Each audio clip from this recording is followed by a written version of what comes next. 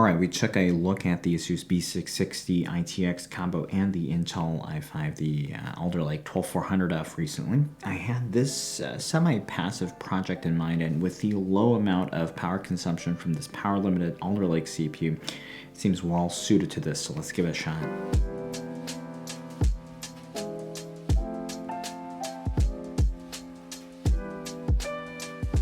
Welcome to Machines and More. I'll be migrating this test build over from the M1 Classic that I tested it in for the initial review.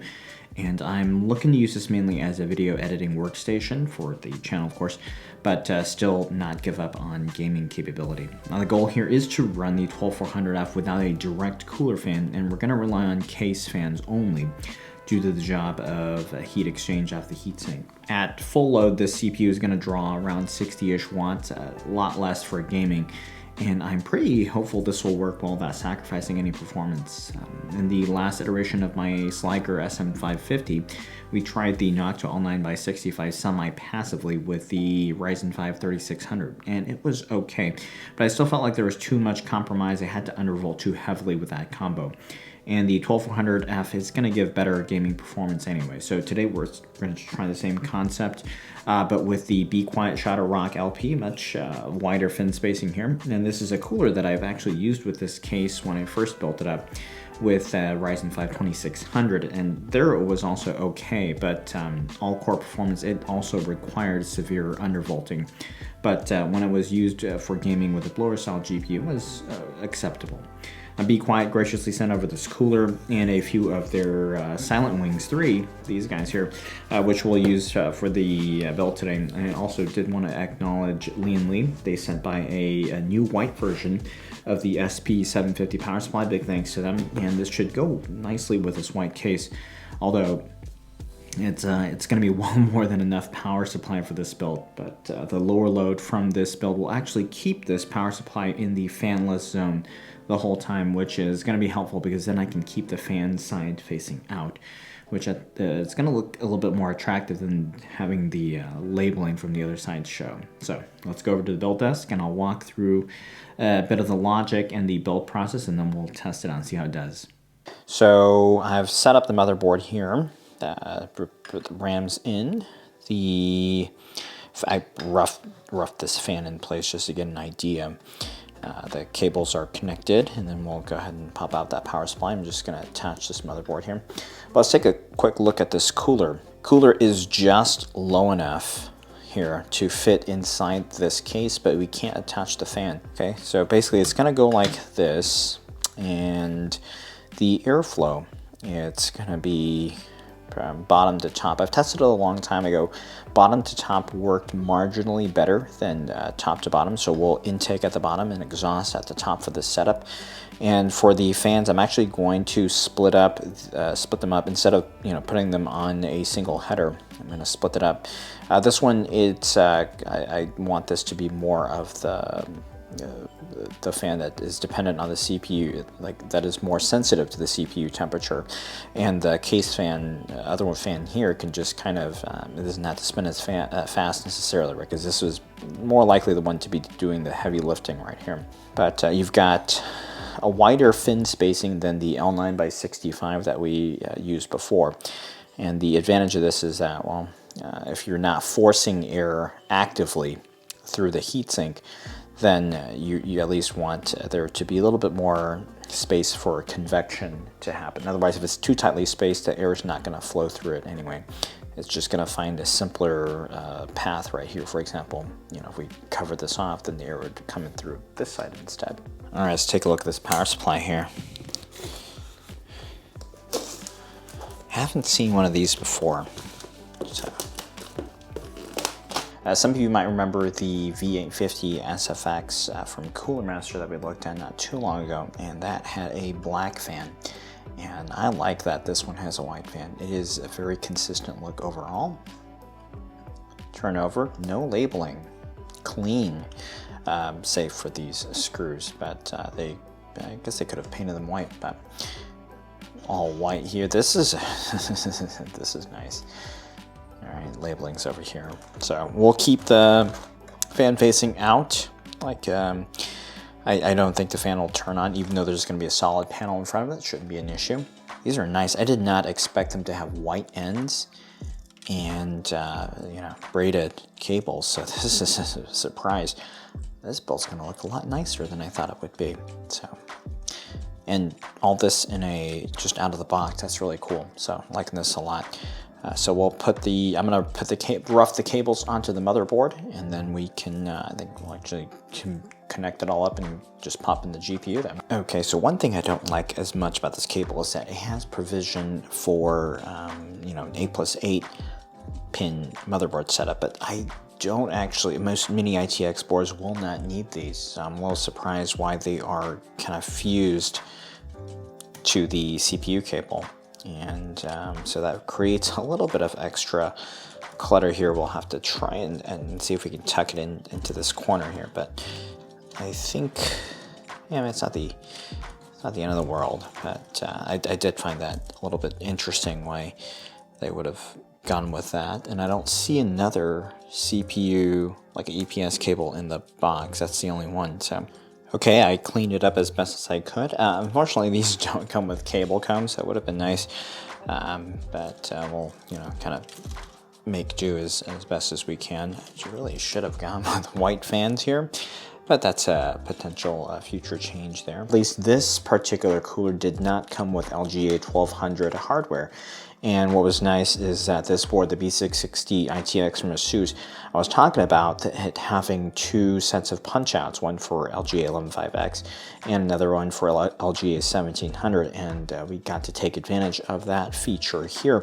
Of course, the mounting pressure, it's not going to be optimal, but on a 12400F, I hardly think it's going to matter. Okay, I was a little nervous about the fit here because it almost seemed like it wasn't going to work, and I'll show you that little screw tool thing, but I just wanted to show you the fit here. It is not at all forgiving, and I did have to bend that USB header cable. This is an older case, so this is actually twinned with the C and the A header on the front, but I think it's gonna be okay. I haven't tightened it down yet. I did actually have to loosen this power supply, so then later on I can push it back in. But I want to say this is how it's going to work. This cable is going to loop after over the heat pipe caps here.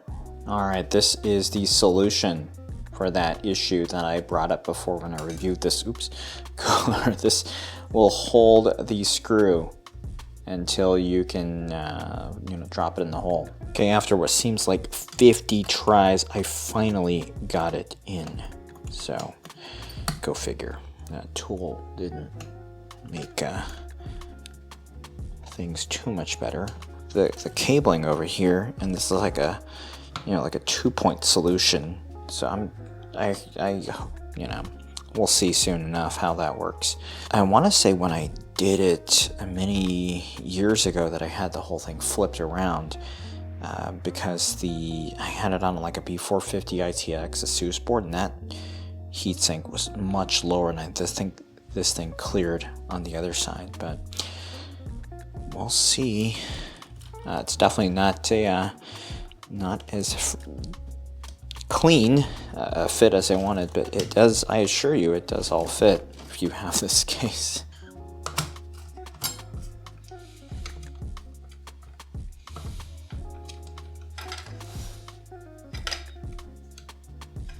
All right, got this all closed up here, and I'm kind of curious what kind of performance we're losing by, you know, running a semi-passive. So I'm going to do a kind of a benchmark run just with the fan, the cooler fan on top here, and then we'll compare that against the full semi-passive with just case fans only. All right, so it's set up and it works. I did do a few quick series of tests. First, the baseline with the case open and the stock fan on, and fanless with the panels on. The first was just CPU only. I did a 5-minute CPU video render just to get an idea of what the performance and the thermal hit was from having no direct cooler fan. And yeah, it's not as great as I had hoped. the CPU definitely got hot, and in my 20C ambient room it got well into the 80s, and at that point the boost was only to about 3800 megahertz or 200 megahertz less than the max boost, but even at that it was still only about 6 seconds behind for the render time here.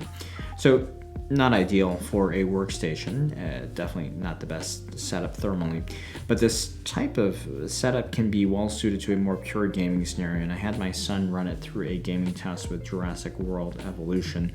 This is a GPU limited scenario, about 85 FPS at 1440p. The 6600 XT was running at full utilization. Obviously with the panels closed up, it's going to run a lot hotter.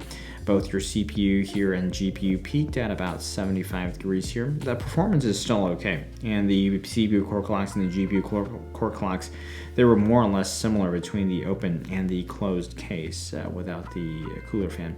It's not exactly silent though. These Silent Wings 3 fans are pretty tame in terms of noise, but they do still have to run at a moderate pace to keep things serviceable for gaming.